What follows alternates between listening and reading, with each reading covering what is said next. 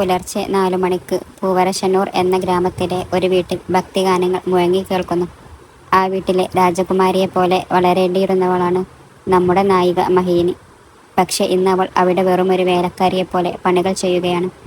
എങ്കിലും സന്തോഷത്തോടെയാണ് അവൾ അതെല്ലാം ചെയ്യുന്നത്. മഹീനിയുടെ മുഖത്തെ ആ സന്തോഷം വെറും പുറംമൂടി മാത്രമാണ്. അവളുടെ ജീവിതത്തിൽ സന്തോഷത്തിന് തടസ്സമായി നിൽക്കുന്നത് അവളുടെ ചിറ്റമ്മയാണ്. മഹീനി ചിരിക്കുന്നത് പോലും ആ ചിറ്റമ്മക്ക് ഇഷ്ടമല്ല. മഹീനി ചെറിയ കുട്ടിയായിരുന്നപ്പോൾ തന്നെ അമ്മ ദേവി മരിച്ചുപോയി. അമ്മ മരിച്ച കുറച്ച് മാസങ്ങൾക്കുള്ളിൽ തന്നെ ബന്ധുക്കൾ നിർബന്ധിച്ച് അവളുടെ അച്ഛൻ ചന്ദ്രനെ കൊണ്ട് 2ാം വിവാഹം കഴിപ്പിച്ചു. അതോടെ അതുവരെ രാജകുമാരിയായി കഴിഞ്ഞിരുന്ന മഹീനി ആ വീട്ടിലെ വേലക്കാരിയായി മാറി. ചിറ്റമ്മയുടെ പേര് ശോഭന. അച്ഛൻ്റെ പിന്തുണയോടെ അവൾ +2 വരെ പഠിച്ചു. പക്ഷെ അതിനുശേഷം പഠിക്കാൻ ശോഭന സമ്മതിച്ചില്ല.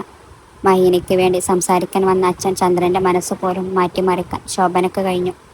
ഒടുവിൽ ചിറ്റമ്മ പഠിപ്പിച്ചു വിട്ടതുപോലെ എനിക്കിനി പഠിക്കാൻ താല്പര്യമില്ല എന്ന് മഹീനിയെ കൊണ്ട് തന്നെ അച്ഛനോട് പറയിപ്പിച്ചു. അതേസമയം ശോഭന സ്വന്തം മകളായ രൂപയെ ഡിഗ്രി വരെ പഠിപ്പിച്ചു. അച്ഛൻ ചന്ദ്രൻ ഒരു പലചരക്ക് കടയിൽ അക്കൗണ്ടന്റായി ജോലി ചെയ്യുകയാണ്. 2 പെൺമക്കളെയും ഒരേപോലെ സ്നേഹിക്കുന്ന ആളാണ് അദ്ദേഹം.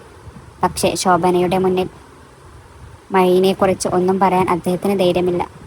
അവളുടെ അച്ഛൻ്റെ മനസ്താപത്തിന് വേണ്ടി അവൾ ഒന്നും പുറത്തു പറയാറുമില്ല. പക്ഷേ ഇതെല്ലാം അവളുടെ ജീവിതത്തിൽ വീശാൻ പോകുന്ന വലിയൊരു കൊടുങ്കാറ്റിന് കാരണമാകുമെന്ന് അവൾ അറിഞ്ഞിരുന്നില്ല. നമ്മുടെ കഥാനായകൻ ആരുദ്രദേവ്. കൃഷ്ണൻ ലക്ഷ്മി ദമ്പതികളുടെ ഒരേയൊരു മകൻ. കൃഷ്ണൻ സ്വന്തം അധ്വാനത്തിലൂടെ പടുത്തുയർത്തിയ സ്ഥാപനത്തെ തൻ്റെ കഠിനാധ്വാനം കൊണ്ട് പല മേഖലയിലേക്ക് വളർത്തി വലുതാക്കിയവനാണ് ആരുദ്രദേവ്. തൻ്റെ തീക്ഷ്ണമായ നോട്ടം കൊണ്ട് ശത്രുക്കളെ ഇല്ലാതാക്കുന്നവൻ. അവൻ എന്തു ചെയ്താലും അത് ശരിയാണെന്ന് വിശ്വസിക്കുന്നവൻ. തൻ്റെ മുന്നിൽ നിൽക്കുന്നവരുടെ മനസ്സ് വായിക്കാൻ കഴിവുള്ളവൻ. എന്തുകൊണ്ടോ അവന് പെണ്ണുങ്ങളെ അത്ര കാര്യമായി ഇഷ്ടമല്ല. അതിന് കാരണം തൻ്റെ ഉറ്റ സുഹൃത്തിൻ്റെ തകർന്ന ദാമ്പത്യ ജീവിതമാണ്. അവൻ്റെ ഉറ്റ സുഹൃത്ത് വരുൺ ആരുദ്രക്ക് എല്ലാമാണ്.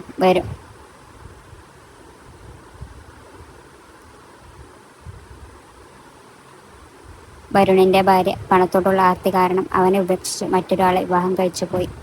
ആ തകർച്ചയിൽ നിന്ന് വരുണിനെ കൈപ്പിടിച്ചു കയറ്റിയത് ആരുദ്രയാണ്. അന്നു മുതൽ ആരുദ്രയുടെ ഉള്ളിൽ ഒരു ചിന്തയുണ്ട്. പെണ്ണുങ്ങളുടെ പ്രണയം പണത്തിന് വേണ്ടി മാത്രമാണെന്ന്. സ്നേഹമാണെന്ന് പറഞ്ഞ് ആരെങ്കിലും അവൻ്റെ മുന്നിൽ ചെന്ന് നിന്നാൽ അവരെ എത്രത്തോളം വേദനിപ്പിക്കാൻ പറ്റുമോ അത്രത്തോളം അവൻ വേദനിപ്പിക്കും. മോഡലുകൾ മുതൽ സ്വന്തം കമ്പനിയിലെ സ്റ്റാഫ് വരെ എല്ലാവരും അവൻ്റെ പണത്തിനും ഗമക്കും വേണ്ടിയാണ് സ്നേഹം നടക്കുന്നതെന്ന് അവനറിയാം.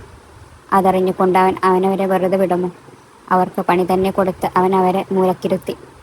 രുദ്രൻ്റെ അമ്മ ലക്ഷ്മി എത്രയോ പെണ്ണുങ്ങളെ നോക്കി.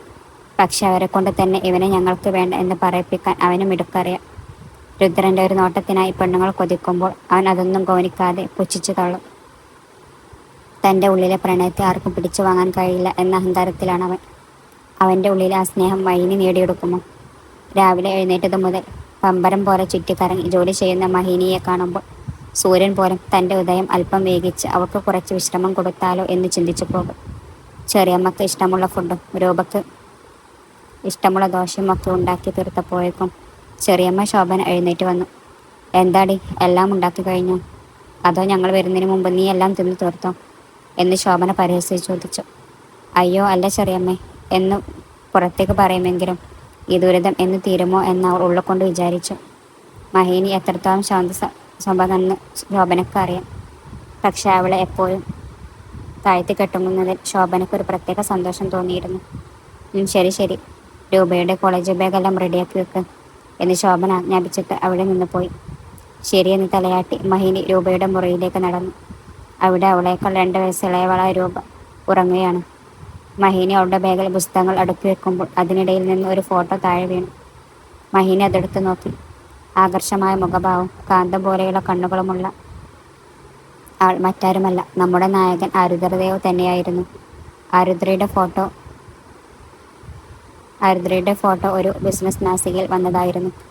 രൂപ അത് മുറിച്ചെടുത്ത് പുസ്തകത്തിനോട് ഒളിപ്പിച്ചു വെച്ചതാണ്. ഇപ്പോൾ ആ ചിത്രം മഹീനിയുടെ കണ്ണുകൾ പതിഞ്ഞു കഴിഞ്ഞു. എന്തുകൊണ്ടോ ആ നിമിഷം അവനുമേൽ ഒരു ആകർഷണം അവൾക്ക് തോന്നി. അത് ആ ഫോട്ടോ കണ്ടതുകൊണ്ടുമാണെന്ന് പറയുന്നതിൽ തെറ്റില്ല.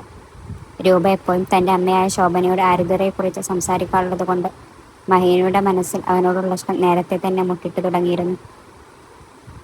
അതേസമയം കോയമ്പത്തൂരിൽ നമ്മുടെ നായകൻ ആരുദ്രദേവിന് മുന്നിൽ ഒരു യുവതി മനോഹരമായൊരു റോസാപ്പൂവ് നീട്ടി. അവനാകട്ടെ തൻ്റെ കണ്ണുകൾ അവളെയും ആ പൂവിനെയും കരിച്ചു കളയുന്ന ദേഷ്യത്തിൽ നിൽക്കുകയാണ്. അപ്പോൾ അങ്ങോട്ട് വന്നവരും ഡേ മച്ചാൻ, ആ കൂളിംഗ് ഗ്ലാസ് ഒന്ന് വെക്കടാ എന്ന് യാതൊരു ബന്ധവുമില്ലാതെ പറഞ്ഞു. രുദ്രൻ വാട്ട് എന്ന ദേഷ്യത്തോടെ തിരിഞ്ഞ് തൻ്റെ സുഹൃത്തിനെ തുറിച്ചു നോക്കി. ഡേ, നിന്റെ കണ്ണുകൊണ്ട് എന്നെയും കൂടി കരിച്ചു കളയല്ലേ, അതുകൊണ്ടാ കൂളിംഗ് ഗ്ലാസ് വെക്കാൻ പറഞ്ഞത് എന്ന് പറഞ്ഞ് അവൻ കളിയാക്കി. രുദ്രൻ ആ തുറിച്ചു നോട്ടം അവസാനിപ്പിച്ച് ചുണ്ടിലൊരു പുഞ്ചിരി വരുത്തി. അപ്പോഴേക്കും ആ യുവതി അവിടെ നിന്ന് എസ്കേപ്പായി, മനസ്സിൽ അവനെ ശപിച്ചുകൊണ്ട്. വരും, ഇന്നത്തെ എൻ്റെ എല്ലാ ഷെഡ്യൂളും നാളത്തേക്ക് മാറ്റിക്കോ. ഞാൻ വീട്ടിൽ പോയി നമ്മൾ പണി കഴിപ്പിച്ചു കൊണ്ടിരിക്കുന്ന മാളിൻ്റെ ഓപ്പണിംഗ് ഡേറ്റ് ഫിക്സ് ചെയ്തിട്ട് വരാം. പിന്നെ നമ്മുടെ കോളേജിൽ ഒരു മീറ്റിംഗ് ഉണ്ട്, ഞാൻ പോയിട്ട് വരാം പറഞ്ഞ രുദ്രൻ തൻ്റെ കമ്പനിയിൽ നിന്നും പോകുന്ന കൂട്ടുകാരനെ തന്നെ കണ്ണിമൊക്കാതെ നോക്കി നിൽക്കുകയായിരുന്നു വരും. പുരുഷന്മാർ പോലും അസൂയയുടെ നോക്കി നിൽക്കുന്ന ആ ഗാംഭീര്യമുള്ള നടത്തത്തോടെ അയാൾ മുന്നോട്ട് നീങ്ങി. ആരുദ്രദേവ് ഇൻഡസ്ട്രീസ് എന്ന് സ്വർണ്ണ ലിപികളാൽ ആലേഖനം ചെയ്ത കമ്പനിയുടെ പേര് പതിയെ പോലെ ഒന്ന് അഭിമാനത്തോടെ നോക്കിയ ശേഷം തൻ്റെ റോൾസ് റോയ്സ് കാറിൽ കയറി കൊടുങ്കാറ്റ് പോലെ പറപ്പിച്ചു. ആരുദ്രൻ്റെ car Sunu Arts and Science College ക്യാമ്പസിലേക്ക് പ്രവേശിച്ചപ്പോൾ അവിടുത്തെ വിദ്യാർത്ഥികളെല്ലാം തേനീച്ചകളെപ്പോലെ അവന് ചുറ്റും വട്ടമിടാൻ തുടങ്ങി. രുദ്രൻ തൻ്റെ ബ്ലൂ കളർ ബ്ലേസർ കോട്ടും വൈറ്റ് ടീഷർട്ടും ഒന്ന് ശരിയാക്കി ശേഷം കൂളിംഗ് ഗ്ലാസ് വെച്ച് നേരെ മീറ്റിംഗ് ഹാളിലേക്ക് കടന്നു ചെന്നു. കൃഷ്ണൻ തൻ്റെ മകൻ ആരുദ്രവിനോട് സ്കോളർഷിപ്പിൻ്റെ കാര്യത്തിൽ ഞാൻ എടുത്ത തീരുമാനം അറിയിച്ചു. ദേവ്, നമ്മുടെ കോളേജിൽ ഗ്രാമപ്രദേശങ്ങളിൽ നിന്ന് പഠിച്ചു വരുന്ന കുട്ടികൾക്ക് ഉപരിപഠനത്തിന് സീറ്റ് അനുവദിച്ചു കൊടുക്കണം എന്ന് പറഞ്ഞ് അമ്മയുടെ ഒരു ബന്ധു പുനാശ്ശൂർ ഗ്രാമത്തിൽ നിന്നും അമ്മയോട് ചോദിച്ചിരുന്നു. അമ്മയും ഇതിന് സമ്മതം മൂളിയിട്ടുണ്ട് മോനെ. നമ്മൾ ഇതുവരെ ബന്ധുക്കൾക്ക് ഇങ്ങനെ സീറ്റ് കൊടുക്കാറില്ലല്ലോ, മെറിറ്റ് നോക്കി മാത്രമാണ് അഡ്മിഷൻ നൽകാറുള്ളത്. പക്ഷെ അമ്മ ആദ്യമായിട്ടാണ് ഇങ്ങനെ ഒരു കാര്യം ചോദിക്കുന്നത്. അതുകൊണ്ട് ഞാൻ സമ്മതിച്ചിട്ടുണ്ട്. നിനക്കിതിൽ എന്താണ് തോന്നുന്നത്? എനിക്കിതിൽ പ്രത്യേകിച്ച് പ്രശ്നമൊന്നുമില്ല. അച്ഛനും അമ്മയും പറഞ്ഞ സ്ഥിതിക്ക് എനിക്ക് മറുത്തൊന്നും പറയാനില്ല. പക്ഷെ വരുന്ന പുതിയ സ്റ്റുഡൻസിൻ്റെ മാർക്ക് ലിസ്റ്റ് എനിക്ക് മെയിൽ ചെയ്യാൻ പറയണം. അത് നോക്കിയിട്ട് എനിക്ക് സീറ്റ് അലോട്ട് ചെയ്യാൻ പറ്റും. കൃഷ്ണൻ ബാക്കി മാനേജ്മെൻറ്റ് അംഗങ്ങളോട് ദേവ് പറഞ്ഞ കാര്യങ്ങൾ സംസാരിച്ച ശേഷം മകനോടൊപ്പം വീട്ടിലേക്ക് തിരിച്ചു. രൂപ തൻ്റെ അമ്മയോട് PG ഉപരിപഠനത്തെക്കുറിച്ച് ആരുദ്രൻ്റെ സ്കോളർഷിപ്പിനെക്കുറിച്ചും സംസാരിക്കുകയായിരുന്നു.